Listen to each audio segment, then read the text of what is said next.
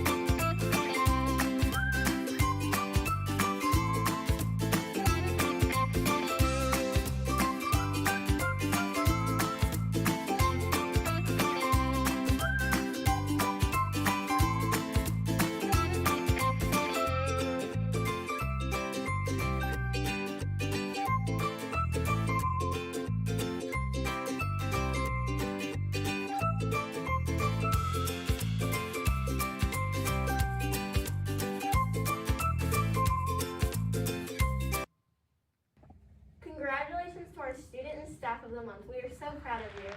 Who's proud to be a Sept? We are!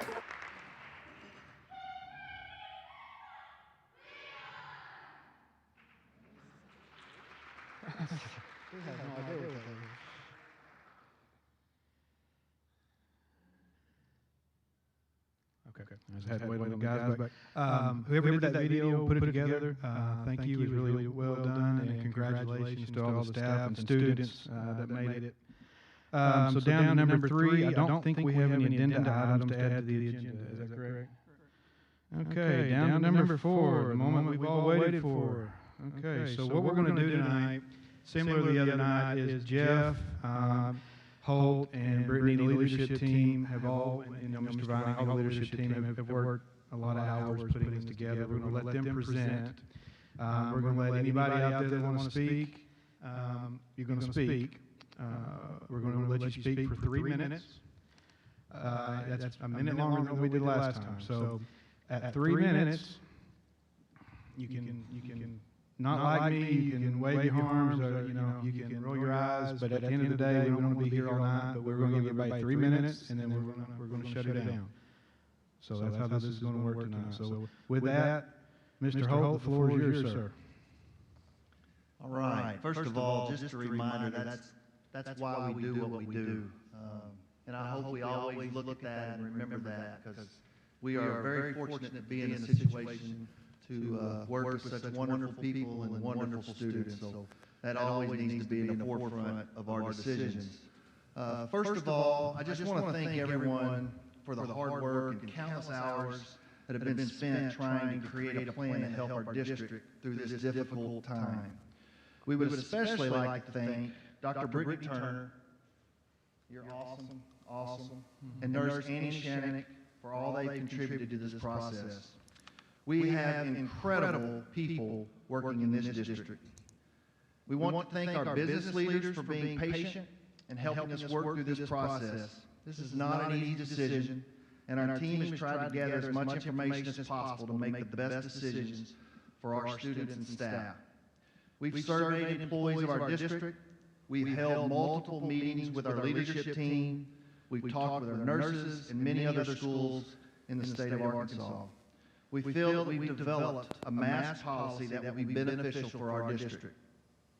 After surveying our buildings, we found this out, that 40% wanted a mask requirement. 30% was open to a hybrid or different type of mask policy. And then 28% wanted the mask optional. If you do the math, that's 58% want some type of change. We surveyed bus drivers.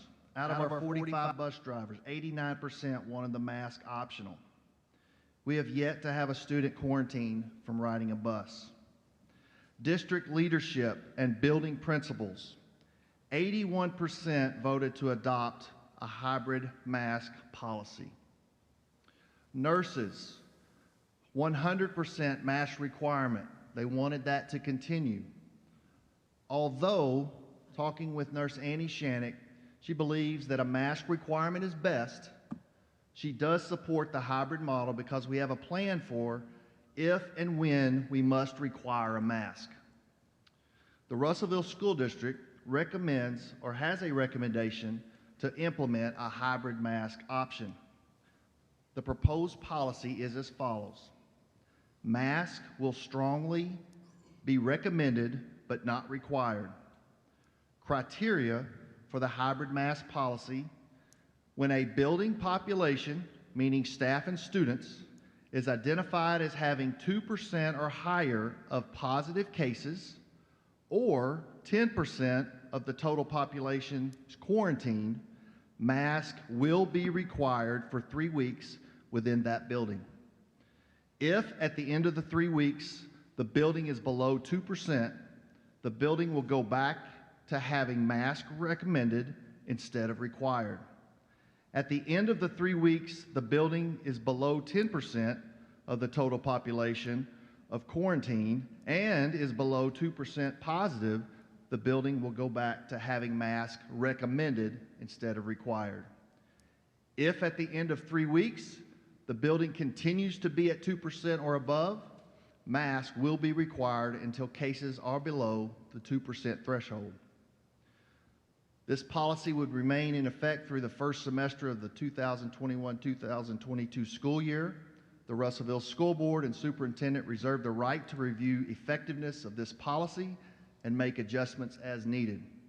In the event of an emergency situation involving large numbers of positive cases, the Russellville School District Superintendent may make adjustments to this policy as needed on a short-term basis.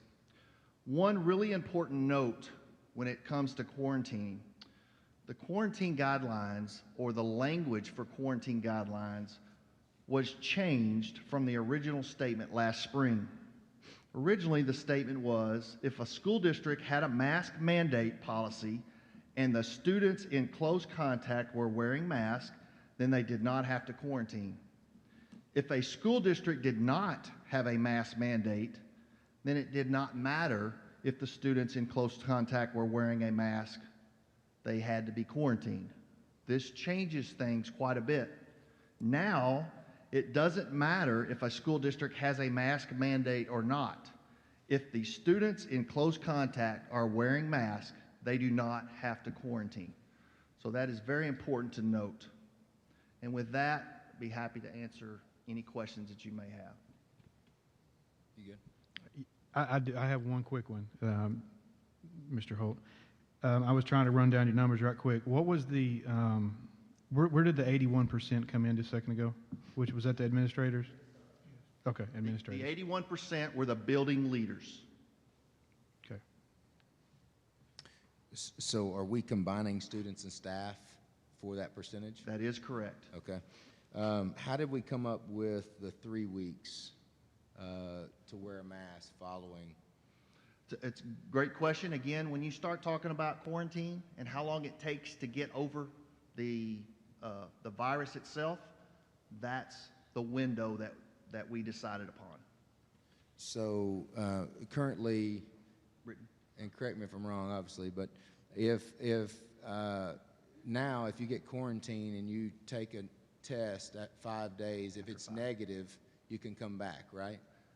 That is correct. It's 5 days. You have to wait 2 days, which is a total of 7. Yeah.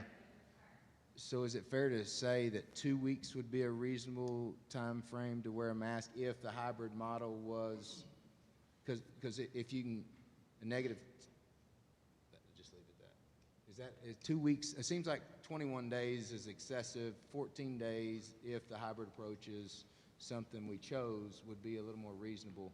Where we came up with the 3 weeks was basically it's 10 days, 8 days, but when somebody's positive, they may not show it for several days, and so we extended that period of time where if we had that many students, then the 3 weeks would try to catch everybody.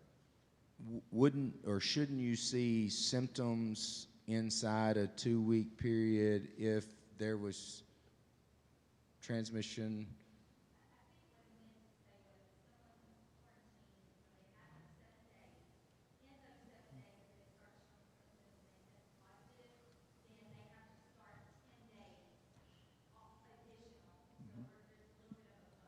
But wouldn't you know that after the 5 days test? You would know if you're positive or negative anyway. So could that be considered if the hybrid approach, moving that from a 3 week time frame to a 2 week? Well, there are other schools that have 2 weeks, okay? We just as a group decided that 3 weeks we would, if we had 2%, then that's a big enough number where we need to make sure we cover all our bases. And of course, you can change it 2 weeks. We just picked that because if you start adding kids up, if they're sick on Tuesday, others may be sick in the next week, and then that increases that amount of time for other kids, and we thought a 3 week period was a good amount for us. But you could pick 2 if you wanted. Other schools have done that. The only other thing I would mention, and just I appreciate all of you guys working to try to meet what we need to here, but All I ask is if there is quarantine, I feel like this year has been a really successful year, honestly. But if we're going to have to quarantine, I ask that we not quarantine based off guess. If we don't know, we don't know. And I don't think it's fair to send healthy kids home because we don't know. That's all I ask. I absolutely agree. Going into the required time period of wearing a mask, does that start, so let's just say on a Tuesday we hit a 2%. That starts Wednesday, starts the 3-week process?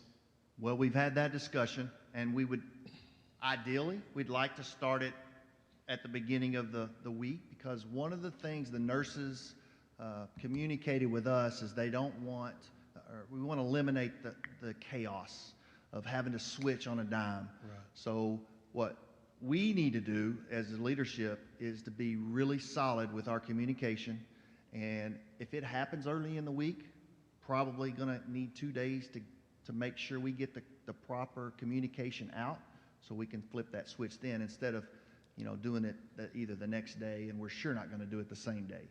So. Okay. What the 2% number, have we had a building hit that this year? Great question. We've only had one building hit that threshold, which again is tribute to our nurses and our teachers and our kids, following what they need to do to stay in school. So yes, we've only had one building.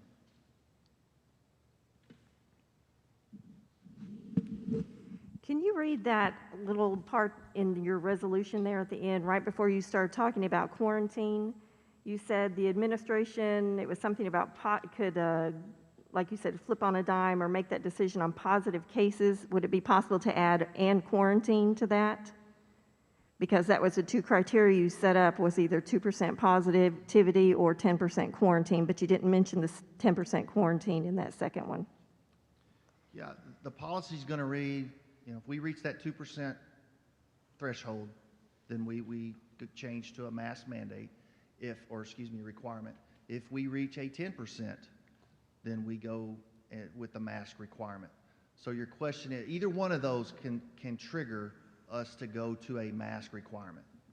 Right, it was just near at the end before you started talking about the quarantine, you just mentioned that the administration could determine based on positive cases, but you didn't say quarantine there. Gotcha. So it says, if at the end of 3 weeks, the building continues to be at 2% or above, or 10% quarantine, yes ma'am. Add that in there. Masks will be required until cases are below the 2% threshold. Okay. Or 10% threshold. Does that make sense now? Okay. Have we had anybody has we had a building with the 10% quarantine? Now that, I don't believe so. No. My understanding, most of our quarantines have come from someone in their house being affected, and so a kid has to stay home at that point. That's correct. Anybody else up here have anything for Mr. Holt or the leadership team? Okay. If not, then we'll do similar to what we did last week. If you would like to speak, make your way up to the mic, and you've got 3 minutes.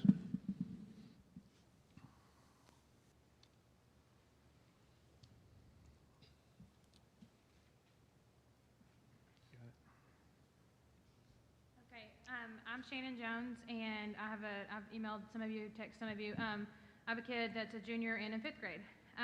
So I talked to someone at the school district in Dover. So in Dover, they're doing the 14-day. So I talked to her, and she was like, I told her about the 21-day, and she said 21 days, and this is the general consensus, is excessive because what is happening is over the 14 days, those kids are getting tested on the 5th day, returning on the 8th, and so they're sitting at 1 and 2 kids in the building for the remainder of the time. So 21. We would have numbers that we have 2 positives for 21 days, and so I would request for the 14-day, and also, how do we know what the like on the 15th day, if we did the 2 week, how do we know, like, are we supposed to keep up with that? Like on the 15th day, do we know that we can send our kids without a mask? Or how? I mean, the communication is going to come from central Okay. office. Yes, ma'am. And then the last thing, whenever we, when we have to implement it, or if we have to implement the mask requirement again, my main request is, you know, these kids are not having to have it at recess. That's awesome. But the recesses are minimal. And I just request, like my kid's having to wear his mask in the car rider line outside. I just think that's absolutely ridiculous. It's hot. Maybe not today, but it is hot. And, you know, if they're able to play on the playground without a mask on, surely they can stand in a car rider line. I've heard also they don't have to wear them on the bus. I'm not really sure if that's the case. But I would just request that we make some kind of, you know, accommodation for the kids in the car rider lines whenever we're having to mask them. So.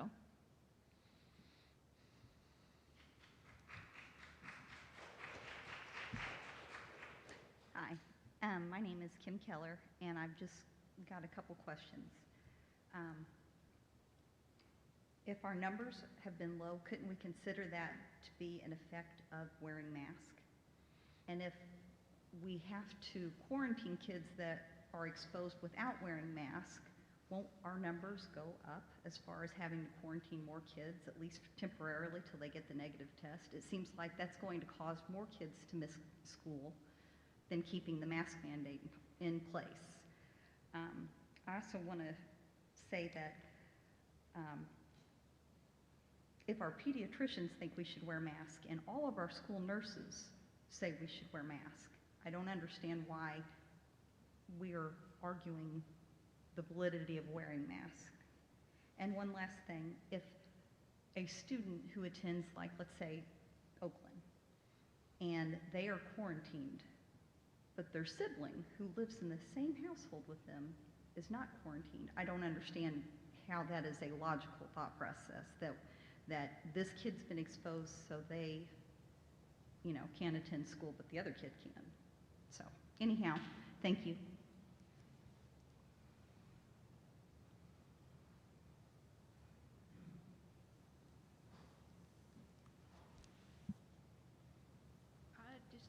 I want to respectfully disagree with your nurses.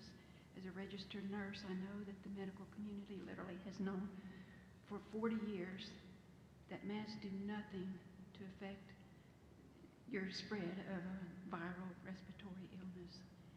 And also, there have been no studies to prove that masks prevent any kind of spread of a viral illness.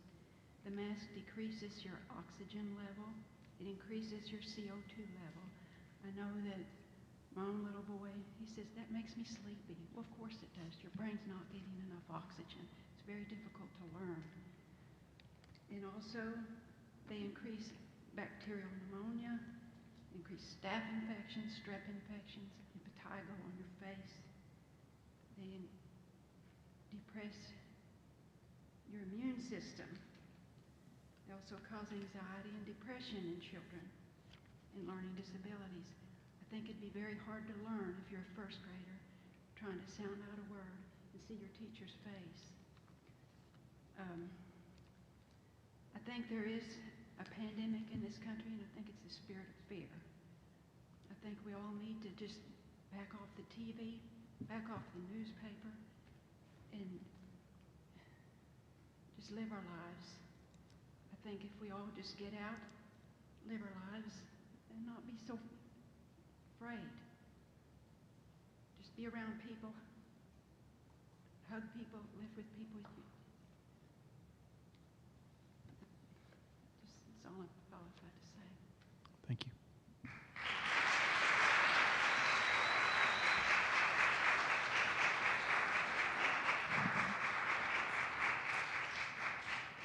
Good evening. I'm Seth Stewart. I'm a teacher. I'm a member of the military. I'm a veteran. But most importantly, I'm a parent of an RSD student. I would like the mask requirement to continue, not forever, but at least until all children have the option to get vaccinated. Pediatric cases have increased over 240% since July, according to the American Academy of Pediatrics. All pediatricians at Millard Henry advocate for masks. Vaccines for ages 5 to 11 will not be ready till October, so any kid in our school district from 5 to 11 are unable to get the vaccine right now. If wearing a mask prevents just one case, it's worth it. The wants of a few individuals should not overshadow the needs of the district's total health. I do not want to chance my child's or any child's health and well-being because someone isn't comfortable in a mask. Masks do not work unless everyone is wearing them. The numbers are low in the district because of the mask requirement. They will go up if the requirement is lifted. Also, the students do not have to quarantine if they are masked properly. And isn't our goal to keep students in school?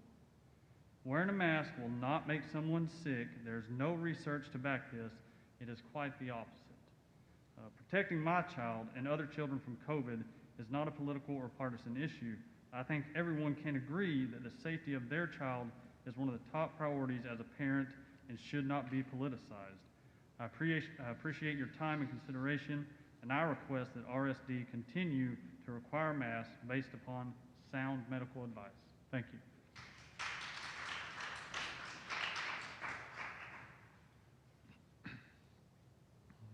Is there any, okay.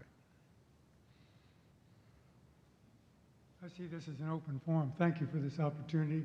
I'll be brief and quick. There is a collective mind here that masks are effective. We know that they are not effective unless you are aerosol.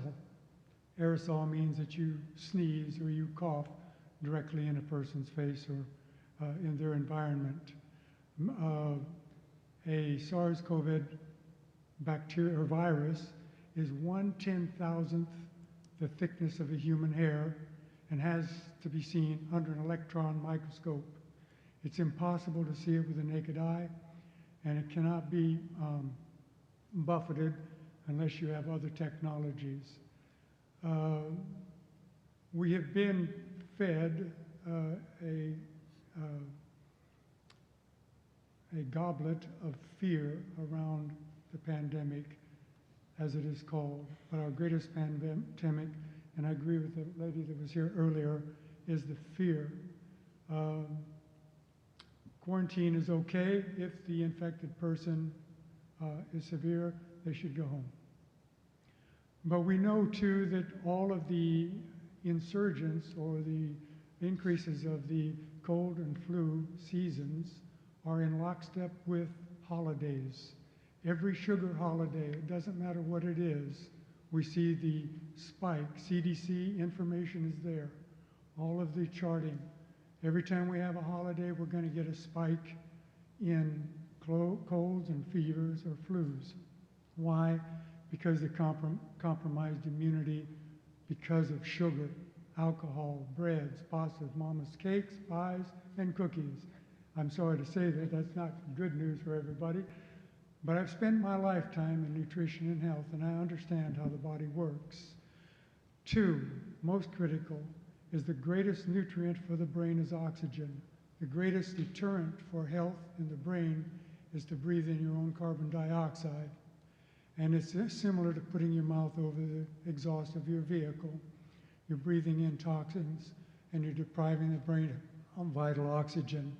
And HDAD is up, and I hear and read, up to as high as 45% among children. The percentage of children to get SARS-CoV-2 virus is less than 1% of the total population. So I think we need to pander some of our fears and take a more realistic view about mandated masks, which really don't do anything to a virus that's 1/10,000th the thickness of a human hair. Thank you.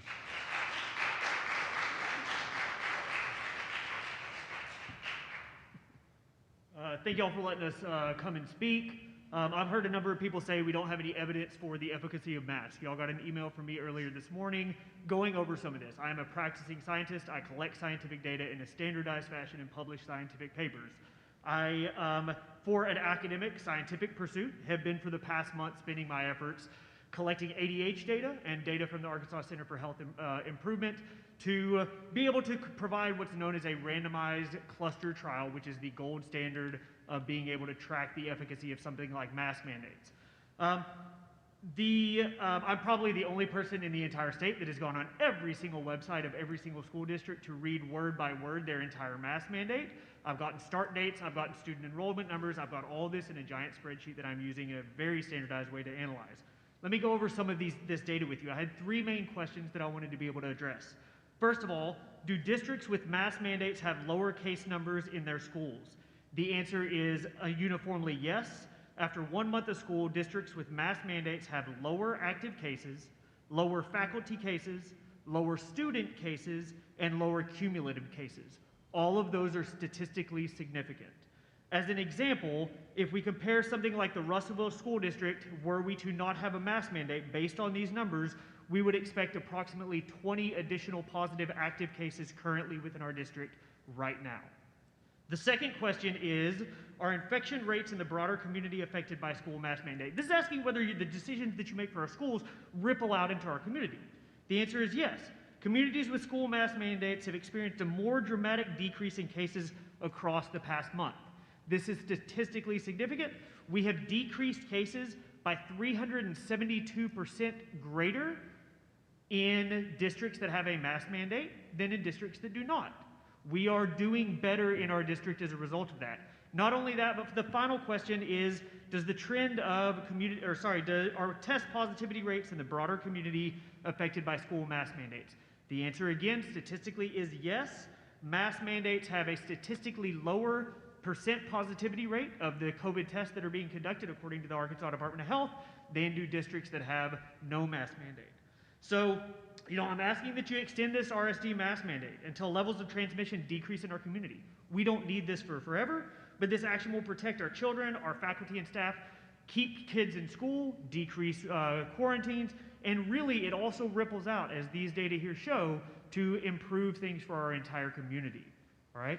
I will say, if you all decide that you want to, I've been on every single school's website, every single one, and I'm happy to provide all this data to you.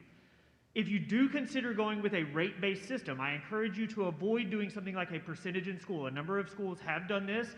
It is a lot of work for your administration to try to keep up with, and they have to take around. A more effective thing to do is use the ACHI data that is publicly available and made readily available on a weekly basis. That would take a huge amount of the workload off of them and would keep things consistent within the school district instead of it hopping around where each school is jumping back and forth.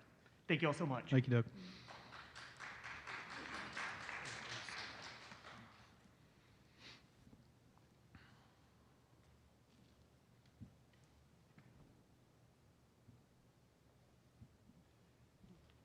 My name is Linda Weatherford Thompson. I actually know many of you. A lot of the things that have been mentioned were actually in what I was going to talk to you about today. I am against the mask mandate. I would like to know, my major question is why the parents have not been asked. None of the statistics that were given here included what the parents thought, and if we're going to be a democracy, then why don't we ask? I'm very happy that the students were asked, that the staff was asked, but I want to know why the parents are not involved in this at all. My daughter has eczema, so those are additional considerations. One thing that was not mentioned earlier is the lack of learning our nonverbal communication when our kids are wearing these masks. I offer a little bit different perspective on this because I do have a special needs child that is at home. Nonverbal communication is extremely important at our home. If she is not learning, if my little one is not learning that at school, the communication within our family unit is hurt by that. It actually does offend me when I hear people up here talking about the safety of our students, because I've had a very rough road with my special needs child with Russellville School District.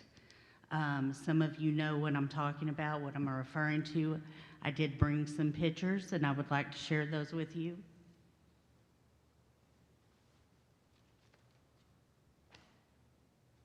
In 2007, my daughter was extremely injured at Center Valley Elementary. No one got in trouble. No one got fired. I was ganged up on. And the worst part about it was that after she was hurt, no one stuck up for us. No one helped me through that process.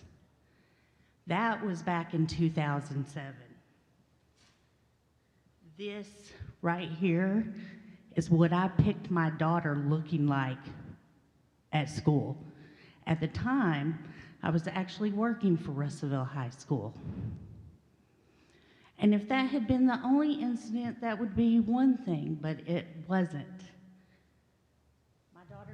My daughter graduated in 2019. Hey, Linda, wrap it up.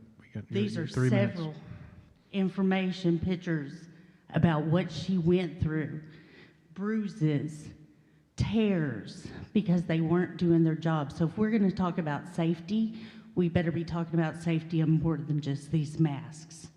Because these are people's lives, these are people's families. And that right there is why I'm against the mask mandate.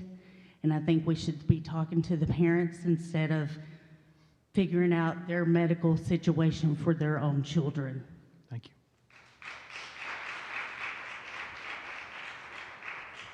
Anyone else?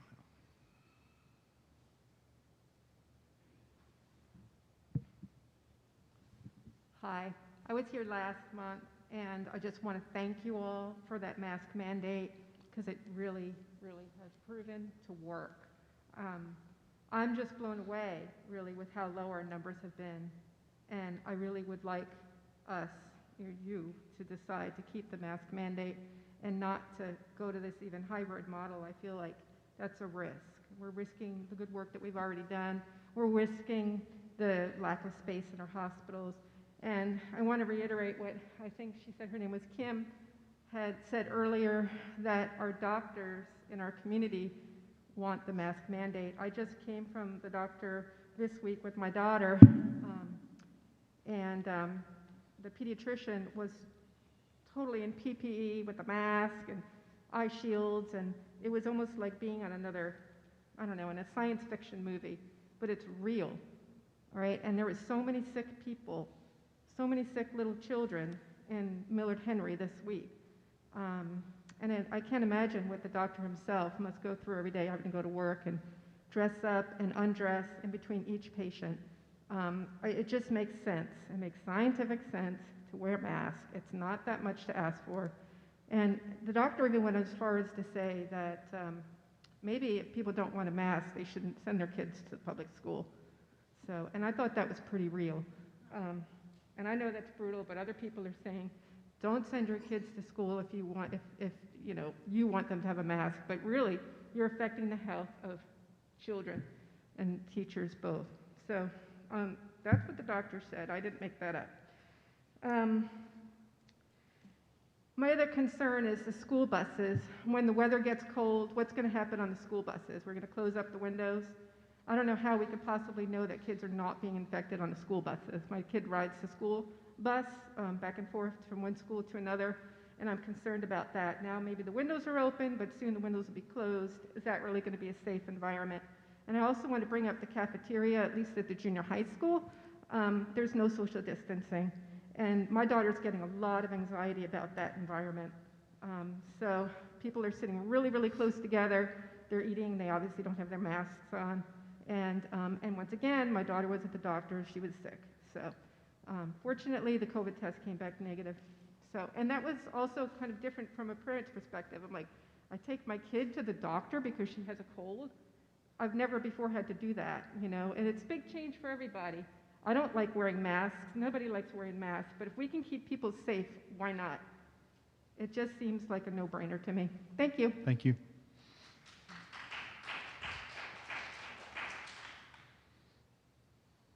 Is there anyone else?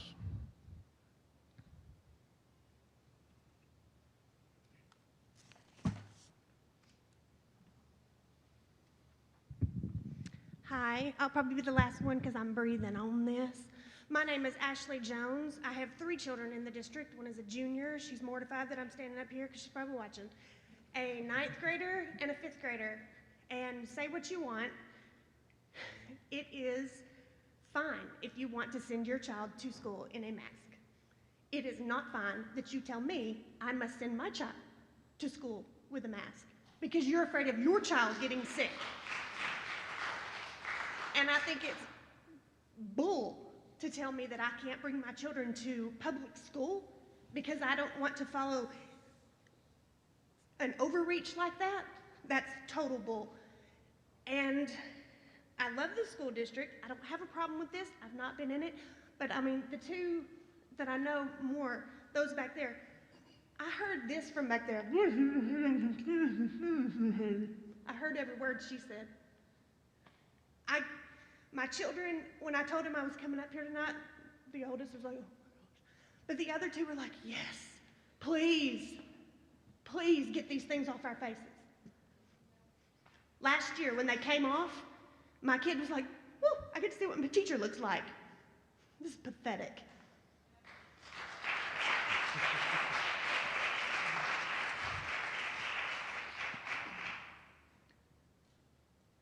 Anybody else?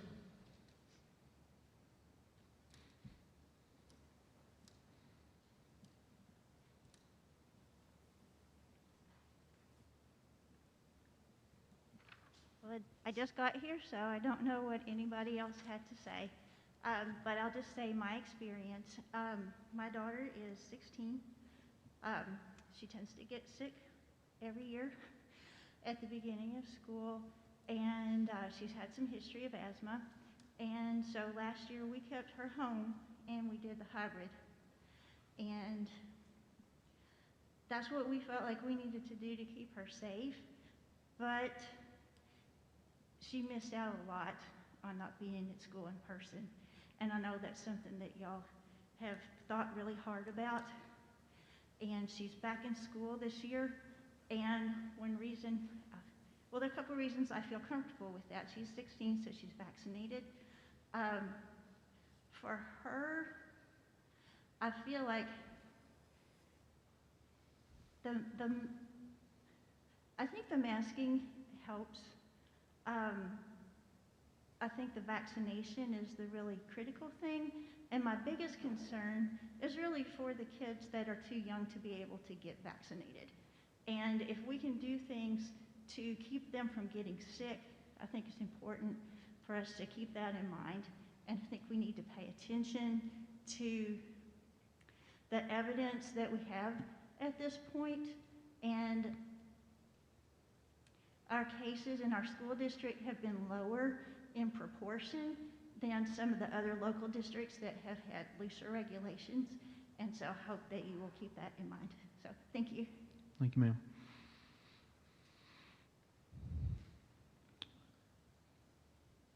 Anybody else?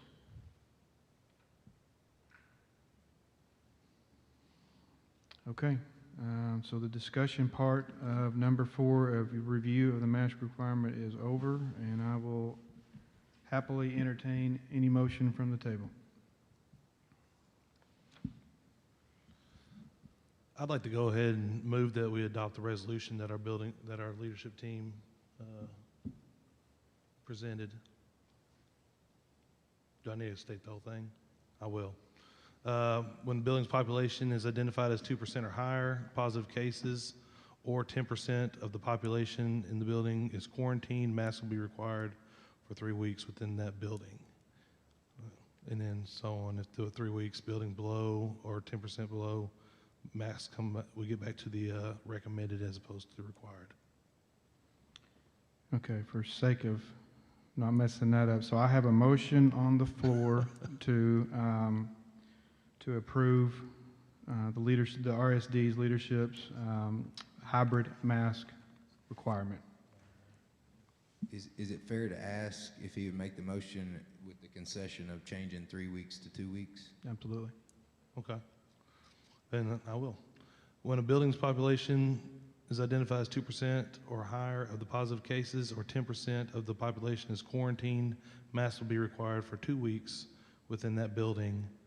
And then at the end of 2 weeks, we will, if it's below, then we can go back to the recommended stage. I'd second that.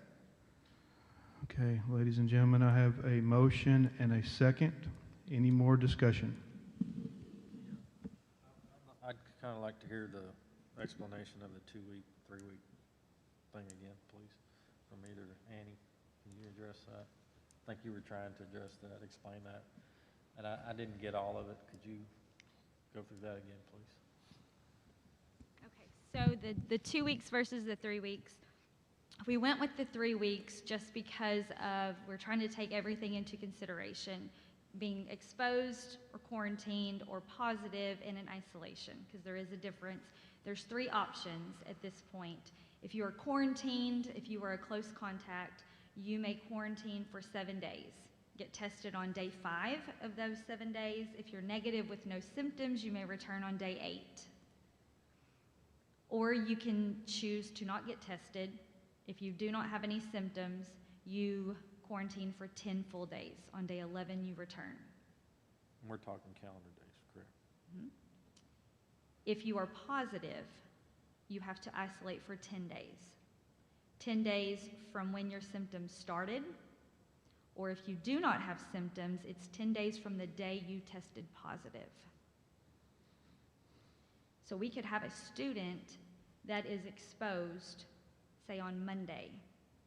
On Thursday, they start showing symptoms. They get tested, and they have an additional 10 days. So they're looking at being out for a total of 14 days. So we're giving 3 weeks time for those exposed people that end up positive to have plenty of time to return and our numbers improve, and monitor those during those extra days to make sure none of those that were exposed somewhat in the middle of those 3 weeks do not come up positive, because we won't see our numbers improve not as well in 2 weeks. If we give it 3 weeks, I feel like our numbers will improve drastically. That was our thinking. All right, thank you. And I do want to mention that there's three ways to not have to quarantine.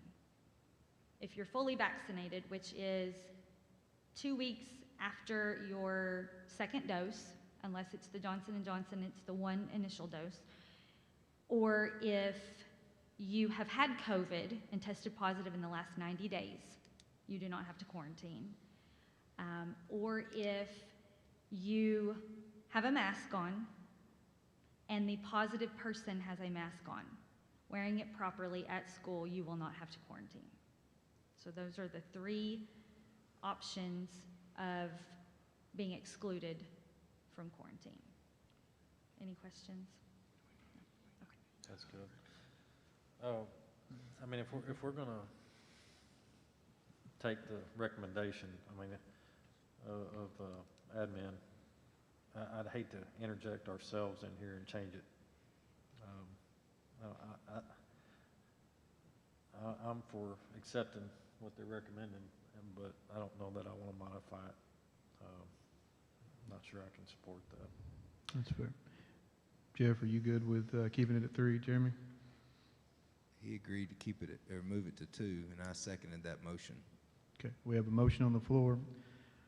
We have a motion and a second to keep it at 2 weeks with 0 concession. I'm going to do roll call. Any more discussion? Okay. Do roll call. Jeff? Yes. Jeremy? Yes. Holly? No. Ms. Wynn? No. Mr. White? No. Morgan?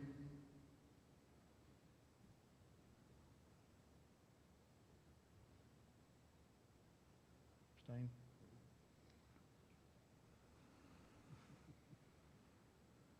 Okay, so abstain means that's a no. So Mr. Roberts' rules of order here, abstain means no? Yep. So we have 1, 2, and I'm a yes, by the way. 1, 2, so we have 4 no's, 3 yeses. The motion does not pass. Mr. President, I'd like to make a motion. Mr. White? I'd like to make a motion that we accept the administration's recommendation as presented. I have a motion by Mr. White to accept the recommendation by the district as presented. Second. I have a motion by Mr. White and a second by Mr. Jeff Carter. Any discussion? I have some discussion, and it's just some concerns. And it goes back to the quarantine status, the 3 criteria that Nurse Annie here stated. So I really love that the school district has set a criteria. I like having those kind of firm pieces of data to reference when we're making these decisions. I'm more open to this being implemented at the junior high and the high school because they've had opportunities to be vaccinated. However, middle school and down, so the under 12-year-olds, they haven't had the opportunity. So the mask is the only thing that is regulating their quarantine status other than having had COVID in the last 90 days. So that's where my concern is. And is there any kind of, I don't know, amendment maybe we can make to the resolution about implementing this just at the junior high and the high school until the next board meeting to collect data to see what our numbers are and see how it works, but still keeping our mandatory mask in the elementary schools and the middle school and the preschool until we have that data back and until they have a chance to be reevaluated. Well, I hear what you're saying, but there is a motion and a second on the floor to vote on this one. We're still discussing though, right? Yes, but she's asking for an amendment. Oh, she can make a motion to amend. But I mean, that's not something I can support for the same reason I voiced earlier. Our administration's looked at it, and I understand your concerns. And I'm back and forth on a lot of things on this, but I mean, one of my questions, and we've heard from both sides, we've heard statistics, we've heard about averages. Well, you know, the thing about averages, there's numbers above and below. What's the average? And different people will cite different things depending on where they sit and what they want to support. Last meeting, I asked a lot of questions, didn't get many answers. I'll ask another question. Why are we going to impose something on a population that is least impacted by it? The masks on the younger students is the population that's least impacted by COVID. Isn't that correct? I don't know. I mean, it seems, Annie, have we had more positive cases and more quarantines in the elementary than we have in the junior high and high school? well, again, it's kind of talking about which talking point you want to talk about. I'm talking about getting sick. I mean, yeah, and positives are a function of testing. So you can play with the numbers, and anyone can take any information and cherry pick whatever information they want to support the case that they want to present. We've seen it here. We see it every day in the news. That's why I like basing my decisions on our everything local. I think our administration's done a job, and our staff has done a job that's to be commended, and they're coming to us with a recommendation on this. I can't say I'm 100% on, but I'm going to support what they want to do on this without any sort of amendments. Thank you, Morgan. Any more discussion from the table? I just have some more questions about the quarantine that I just really want to make clear so parents can understand. So if we go to mask optional, and we're talking about, I'm mostly concerned more with the elementary kids. So if one parent sends their kid to school and they're wearing a mask and they get exposed to somebody that's not wearing a mask, do they have to quarantine or do they get to stay in school?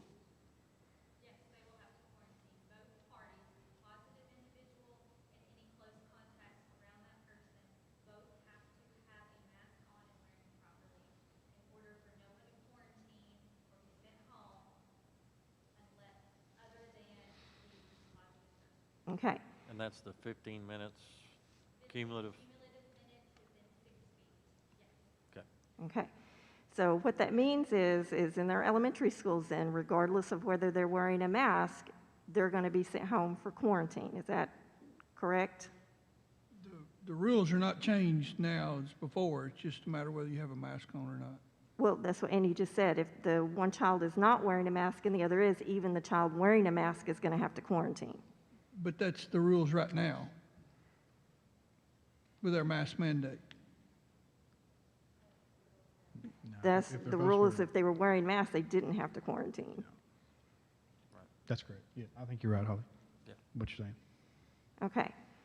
So this is my concern then is, so we were at, if everybody had masks on, only the child that was sick had to quarantine. But now, it doesn't matter if they're wearing a mask or not, it's going to increase the number of quarantines. So the kids that are not wearing a mask and they come to school and they are sick, they're causing the other kids in the class to now have to go into quarantine and taking them out of that classroom environment. And our common goal, whether you think masks work or not, is to keep the kids in school, in-person learning. So that's where my concern is. You know, at least with the older kids, you can look at vaccination status to determine if they have to quarantine or not, regardless of they're wearing a mask. But in our elementary schools, that mask is the only thing that is keeping the majority of those kids in the classroom in-person learning. So that's where I'm concerned, is it's going to increase the number of quarantines. It's going to take all those kids that elementary school's vital for education. That's where they're learning all their basic skills, and it's hard. We saw that last year. When you take them out of that classroom environment, you know, it has a detrimental effects. And we want the common goal, like I said, it doesn't matter if you are for or against masks, we all want the kids in school for in-person learning. So that's where my concern, is Yeah, with I that. completely agree with that, and that was one of the things we discussed last month. One more of the qualifications on quarantine, I think, and it's pretty important, that wasn't mentioned, is that it has to be worn properly. Is that correct? And I think that's a big issue. I think we've had some students that were quarantined that have worn masks, kinda, but they weren't worn properly, so they still had to quarantine. The problem with the elementary kids is them being worn properly. The problem with the, they can't, and some problems with the older kids is they won't wear them properly. So just because they have a mask doesn't mean they're not going to be quarantined. Right, but we have to try. Thank you, Ms. Hawley and Morgan. Any other discussion from the table? Well, I have another thing. So if you look at the COVID data for Polk County that we have, if we look at this last year's surge compared to where the surge is now, we're on the tail end of that. And we can see that, like last week, I think our county positivity was like 11.9. This week, it's like 10.4. Great job. We're going in the right direction. If you look at the data that we had from the last surge, about 3 more weeks or so, 3 to 4 more weeks, and we should be back at a moderate level if we can keep our county data going in. So that's really what I'm asking is, can we protect those most vulnerable kids, keep them in school for the next 30 days to get past over this hump in this surge, and then implement, once we have data from the high school and junior high, then we can implement that for the elementary schools too. I don't think, it's in the recommendation, there's thresholds to pivot to something called a mask if we meet that threshold in those schools. So I think the threshold's there to change what we're doing if we see it's not working. I know, I'm just concerned, it's like we're doing such a good job on the downhill that I'm afraid if the masks come back off while we're still kind of in this high positivity rate, it's going to cause a surge to go back up, and that's just going to delay that community going down. Because, in the classrooms, especially the elementary schools, that is our largest population of unvaccinated people that we stick in a room for 8 hours a day, all day long, in those buildings. So that's just another concern, that I have with that.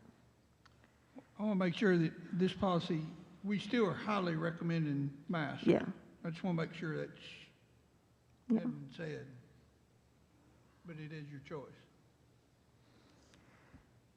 So do I need to make a motion to amend? No, I've got a motion and a second on the floor right this second, so we have to go through this first.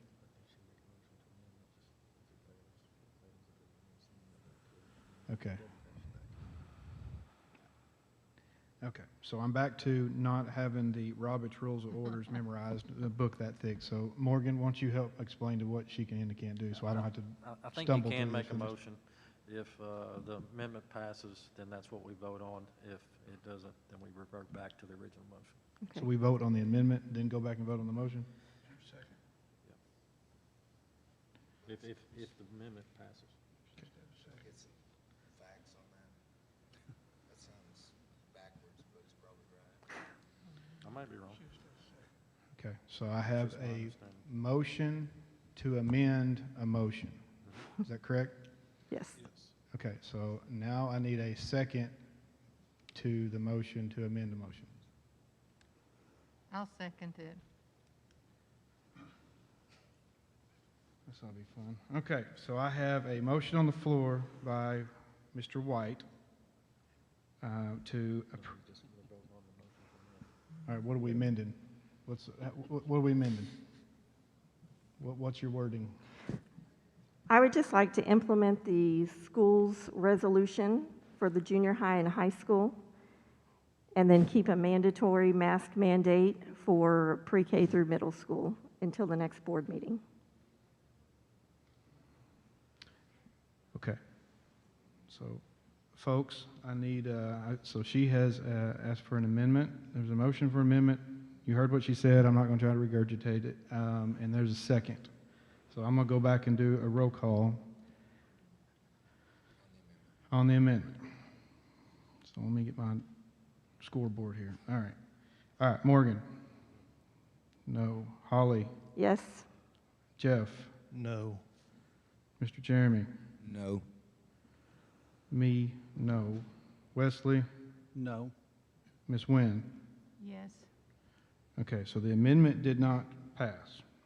Are we all? Okay, so now I'm back to the original motion that was on the floor by Mr. White, and then second by, I have no idea who seconded it. Jeff Carter. Now, that is through semester, correct? Yes. Administration's recommendation is through the semester. Yes, sir. Okay, so same roll call for the original motion by Mr. White and second by Mr. Carter. Morgan. Ms. Holly. Yes. Mr. Jeff. Yes. Mr. Jeremy. Yes. I'm a yes. Mr. White. Yes. Ms. Wynn. Yes. Okay, it is unanimous. Our district, I guess beginning immediately, is under a hybrid mask policy. Terry, are you saying this immediately? I'm just clarifying. I mean, yes, I would say immediately. Yeah, me- okay.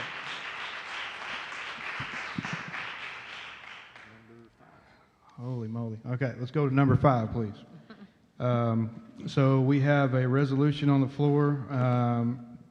Mr. White will talk about. I do want to make, I know Ms. Pennington, you didn't do this, but Dr. Finley Turner does not have a D in it, so we need to fix that one. But Mr. White, floor is yours on the resolution, sir. Yes, often, well, I say not often, but opportunities come along for us to appreciate and recognize people that have done great service to our district.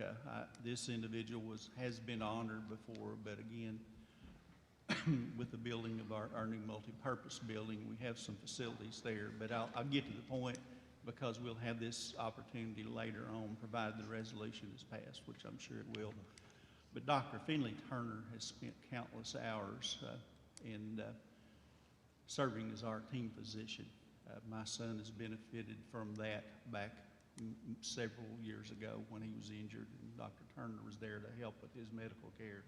Also provide me with guidance as far as what to do with his injury and getting healthy again. But probably no finer individual in this community that we lost recently, but still in keeping his memory alive and honor him for all of those many years as our team physician. And I didn't originate this, by the way. This is a lot of community people have approached me about this, and former coaches and athletes that they would be fitting. And I would like to make a motion that we name the athletic training room in our multipurpose facility after Dr. Finley Turner. I second that. Okay. I'll second it too. Yeah. We have a motion by Mr. White, second by Mr. Keister and Mr. Barrett. Show of hands. Oh, excuse me. Any more discussion? I do want to say something. It's not really a discussion as it is growing up in this district, being a part of athletics, having Dr. Turner there, growing up, graduating with his middle child, Joy, knowing them my entire life. This is very often, we don't get to do a lot of really good things, that everybody can just agree on. It just doesn't happen. And this is one of those things that you're going to be hard pressed to find someone that wouldn't agree on this one. And it's just a good move. I completely agree, and if anything, it's under-recognizing him. Yep. And wish we could do more, and maybe we can find something to do more at a later date. Yeah, agree. Motion on the floor. Any more discussion? By show of hands, all in favor? Okay, it's unanimous. It passes. Thank you, Mr. White. Does anybody have any issue with the consent agenda before we move forward? Okay. All right, on to finance. Mr. Justin. All right. I think hopefully make this short and sweet. Looking at period 2, August, just getting school kicked off, so it's pretty quiet. You can see our teacher salary fund, we ended with a difference of $128,699. Our operating fund, we ended down $609,803. As you can see your notes there, the finickiness of property tax, depending on which month they're collected, we were down $340,000 just this month compared to a year ago. That could change easily next month. That's just the way that works. So I don't expect it to be down for sure. Our debt service, we ended with a difference of $475,872. Once again, like I talked about last month, every month I'm going to have that. That's just a timing of payments when we received them last June. We paid them before the year rolled over. Legal balance ended with a difference of $262,630.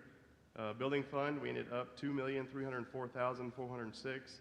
If you remember, in June we made a transfer of, it was $2 million, but then because of the 20% rule that the states put out for can only carry over 20% of your revenues in your legal balance, we had to transfer another $700,000. That's state law, so we transferred 2.7. The rest of it was the expense of the football field and summer projects. I'm sorry, the turf, track, and summer projects. Capital outlay fund, we ended with being up $372,695. I always like to put a note out inside of the 1.2. We have about $239,000 that are encumbered and waiting to expend. Federal grants, we ended with a difference of $263,234. Once again, we don't start collecting. That's reimbursement basis. We don't start getting payments until September. So for September, we'll start getting them in October. So they don't pay in the summer, so you can close your books and roll everything over. Food service in a difference of $278,703. That's just carryover from prior year. Hopefully when we start upgrading our kitchens, that difference will come down. So, but that is period 2. It's pretty quiet. Thank you, Mr. Robinson. I'd entertain a motion to approve finance. Motion to approve. Second. Okay. Motion by Ms. Hall, second by Mr. Carter. By show of hands, all in favor? All right, passes unanimous. And let's see, back up to the consent agenda. We will consider those approved. I always forget those 3 words every single time I'm up here, but I have to say that to be legal. 8, policy. I'm going to assume Mr. Vining or Ms. Pennington, or who is reporting on policy. We covered that in 2 Okay. very lengthy meetings, so I'll Okay. make a motion that we adopt those. Thank you. There you go. Got a motion? We can talk all you want. No, we've talked plenty. We I'm good. I'll second. thoroughly covered that. Yeah, I'm good with talking. All right, so we have a motion by Morgan and a second by Ms. Wynn, is that correct? Yes. Okay. By show of hands, all in favor? It's unanimous. I need a motion for, okay, so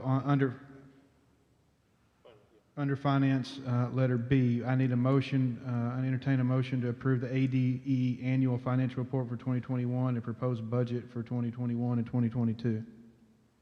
I'll make that motion. I'll second it. Okay, Got a motion by Mr. White and a second by Ms. Wynn. Once again, by a show of hands. It is unanimous. Okay, before we move farther, is there anything else I need to clean up from the last four numbers? Okay, no, you're good. I just want to make sure we're not going to keep going. All right, number 9, buildings and ground. Looks like nothing there. Number 10, personnel. Need to entertain a motion.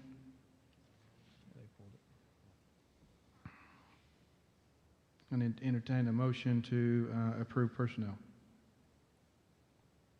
I move that we approve certified and classified staff, resignation, transfers, retirements, and employment. Second. Got a motion by Mr. Carter, second by Mr. Keister. Any more discussion? Okay, all in favor? It is unanimous. On down to number 11. Is Mr. Tripp here? Mr. Tripp is here. There he is. So Mr. Tripp has asked to formally address the board. Mr. Tripp, you'll have 10 minutes, sir. Thanks to all of you for doing what you did. Mr. Ronnie, you had my word that you would have the first copy. So there it is. Better late than Appreciate all of you. Some of you, you might probably see more now than I sometimes need to or want to. Some of you, I owe a lot of thank you for years ago for not putting me in detention or failing me or anything like that. I think you still owe about 3 days. Mayo more after this, huh? I think he's talking to me. He's talking to me here. And I'm horrible with mics, so I apologize about that. So I hope I'm here less than 10 minutes, Jason. Me too, sir. But thanks again to all of you for doing what you do, for putting up the scrutiny, putting up with the long hours, and getting all the high pay that you get for doing it. Thank you for allowing me to be here after the last-minute table in July, I believe it was. Why am I here? As I said 2 months ago, following up, we had an ordeal with our child that started in May of 2019, and we thought it was short-lived, but unfortunately, it continued pretty much through May of 2021, so 2 years. So what you have before you is a 50-page document. There's 21 different complaints, and we're here to submit this on record. Complaints, do with what you'd like to, what you want to. We just hope it makes the district a better place. I'm doing it in this fashion because in May of 2019, we had a meeting with some district officials at central office, and recently, 3 or 4 months ago, after some FOI requests, it was determined that those were not on file with the district, and that was kind of concerning to me as an alumni, as a patron, as a parent, all the above. So that's that, and with the new stuff. So I'm going to start with the new stuff, and I'll go real fast, and I'm going to keep this very generic, as your attorney had requested. I will provide you more detail following the meeting, as she asked me to do. So complaint number 1 is a FERPA fee violation. If you go look down through here, our daughter suffered numerous incidences of harassment, bullying, hazing, intimidation through the years. Over those 2 years period, it prevented her from taking classes, from being allowed to take classes. A very unfortunate situation. And there's more detail. I'm just trying to hit the high points for time's sake. Complaint 2, let me stop real quick and say thank you to Brittany Turner and always Ms. Cox. Those two, Ms. Cox, we had a lot of conversations with over the years, but Brittany's been great these last few months. In talking to Brittany, I explained to her where I was going with this, and she said, okay, I see that, but complaint 2 is a Title IX violation. And the reason why I call it that is because it was a gender discrimination incident. And what that was, there was a class that she was prevented from taking, saying that the course description had changed. So she was not allowed to take it her senior year, and she found out in May of 2020, the end of her junior year. Fast forward a year to May of 2021, and we start getting pictures of the class roster for the same class that she couldn't take, and the rules were changed right before the year she wanted to enroll in it. and the rules are still the same this year, but we didn't follow those rules this year. So I'm not sure what the difference was. We change the rules when they're convenient and follow them, then we don't change them when we don't, we don't follow them when we don't want to, when it's not convenient for us. And so that's kind of what fueled my fire back, rightfully so, that prevented her from an educational opportunity. You know, if we're going to let other kids take it, you know, that prevented her from potential scholarships, opportunities to further her education, and the school district failed its #1 responsibility to provide an equal educational opportunity. They failed that to our daughter. You can go through here. I illustrated some course description information, and that kind of leads up to that. Number 3 is course description changes.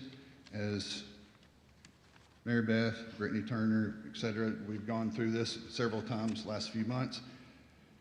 The reason why she was prohibited from taking the class was the course description changed. I said, okay, who approves course descriptions? Well, the board does. Okay, well, show me the board minutes. Show me the board agenda where that was changed. Well, it doesn't exist. So when was it changed? Well, we don't know. So whatever rule that kept her from taking it, nobody knows when it was changed, who it was changed by, or anything else. So again, this is a moment to make the district a better place here, because you know, we don't want that to happen to anybody. And Cameron, and for the record, Cameron came to us over the summer and she said, if there's something that can be done about this, I want to do something about it so that no student going forward has to endure what I endured. And that's a tragic thing for a Russellville School District patron at that point in time said about her education at Russellville High School.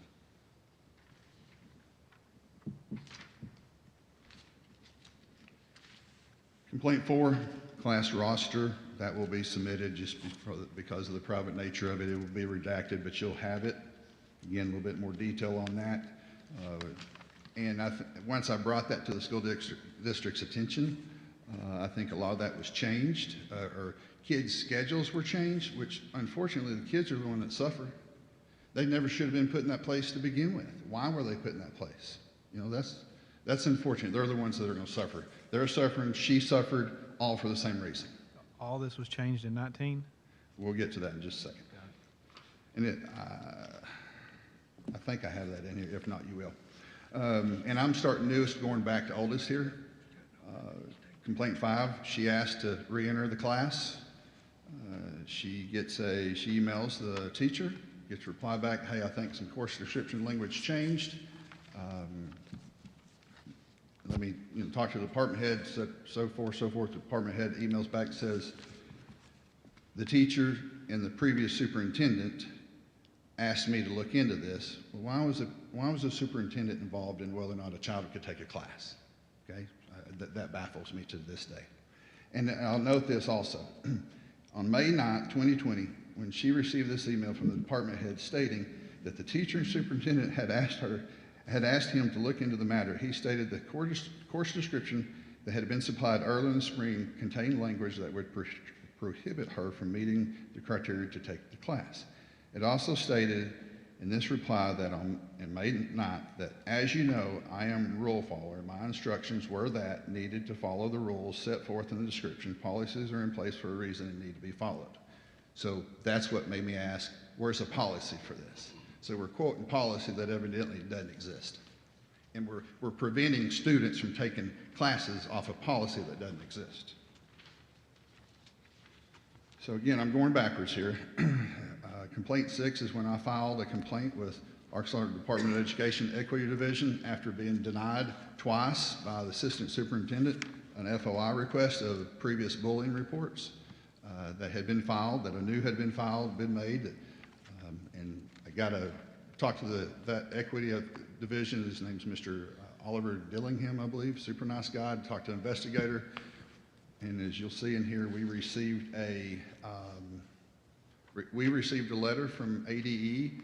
The school district received a letter from ADE saying that they didn't follow policy. Not only did they not follow policy, they didn't follow state law about bullying policies.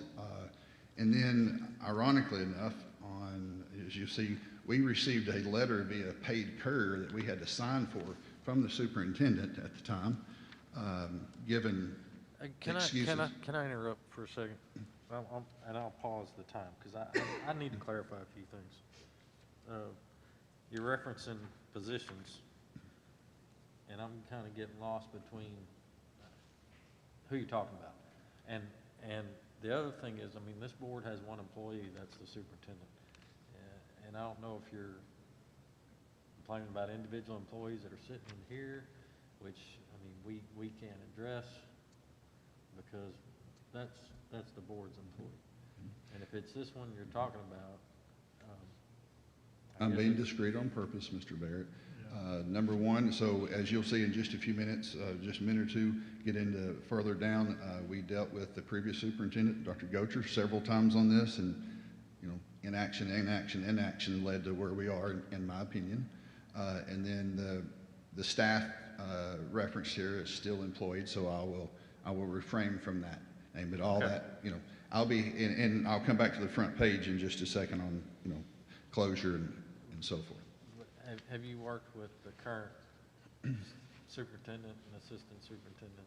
A little bit, yes, and then compiling all this, and that's kind of what the purpose of this is here, do with what you want to make the district a better place. Down to about 2.5 minutes, brother. Okay, all right, so we got denied FOI request. We filed numerous bullying complaints or concerns with the previous superintendent. Even a student went into the RHS office to complain or to reference it just wasn't right, wasn't fair what was being done to Cameron at the time. That student later even met with the superintendent. He still did not file any or do any reports or anything. He made excuses, as you see in 1C on that letter from the school district on October 22nd.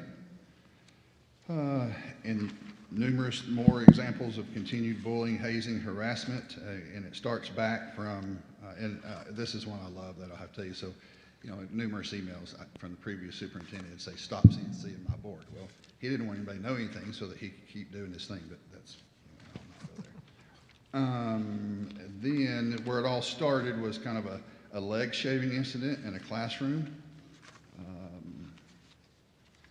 A classroom that, you know, students had to attend where the state nepotism policy was violated when 2 RSD employees or more advised the superintendent not to hire a teacher's wife to work in that specific classroom, but it was done anyway. And then that led to some leg shaving, led to emails being like, my wife sent an email to the teacher concerned about something about our child.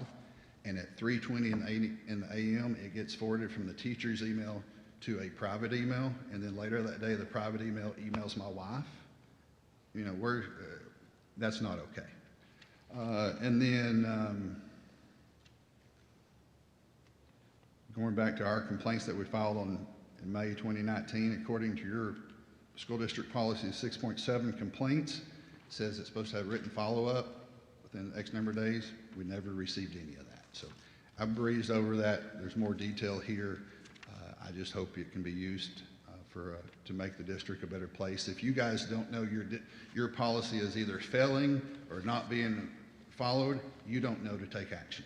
And that's why that combined with not being found before is why we're here. So in closing, following up, there'll also be some state Department of Education PLSB complaints filed, and those will be furnished to you also in a Google Drive link. And as far as resolution, well, and let's say still today, last week, we found out students are blaming Cameron, our daughter, for being taken out of the class they wanted to take. Why is that? Because somebody's telling them that, you know, and so the crap's still going even today, and that's unfortunate for the rest of the school district. In closing, excuse me. Yes. So were we cited by the Department of Ed for these incidents? According to my FOI request, when I FOI'd the school district for that, that was not found. And when I handed it to Dr. Turner, Ms. Turner, Dr. Turner, she said, I think her words were, that's interesting. I'm the equity coordinator for the school district, and this was from the equity division of ADE, and I've never seen this document. And that was between May and now of this year. Mr. Vining, is that something we would see as a board if something like this is submitted. I've never seen anything, I've never been notified by them. Can you check, because if that, I mean, what I'm reading in this first one, I would like to know as a board member that's going on in our district. So in closing, several people said, what do you want resolution? What do you want resolution? Cameron's the one that was deprived and discriminated against on an educational opportunity. She's the one that the school district needs to make it up to.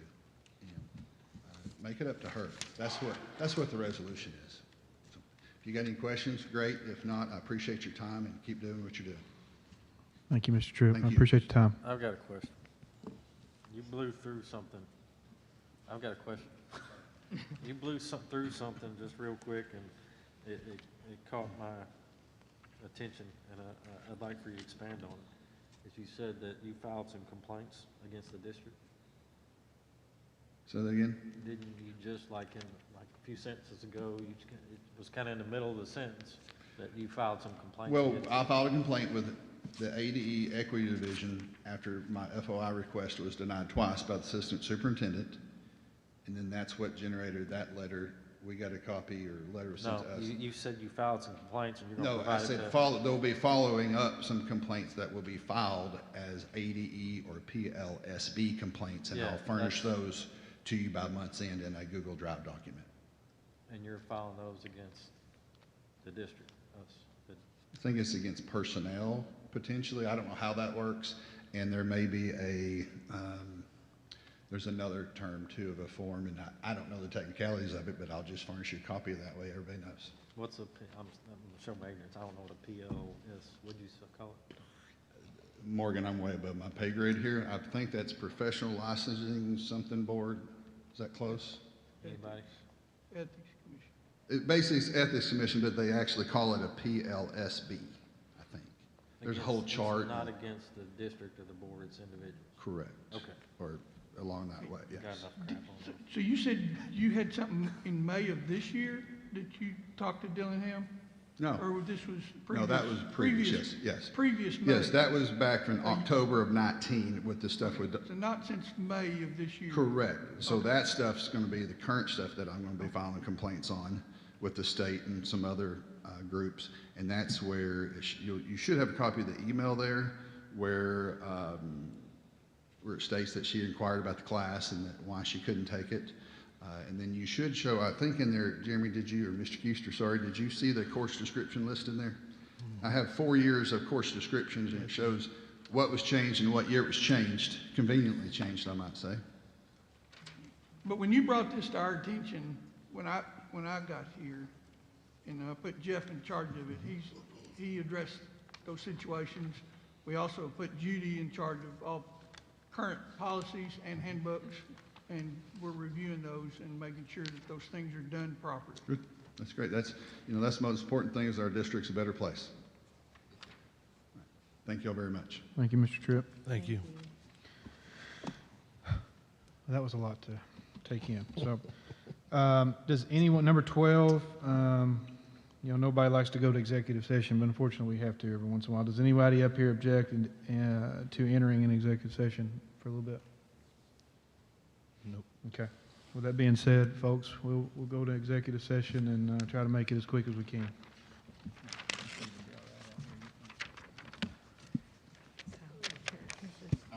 Thank you for letting me see it. I don't want that. I mean, I Do you got want it? home and I was rush. I don't want it in my from school, possession. 'cause I have a I class don't even till know what, I didn't 3:50, even. and then I'm really supposed to hang around. Yeah, that's for what a he while. handed out, so it's FOI. Some of my office hours that I do.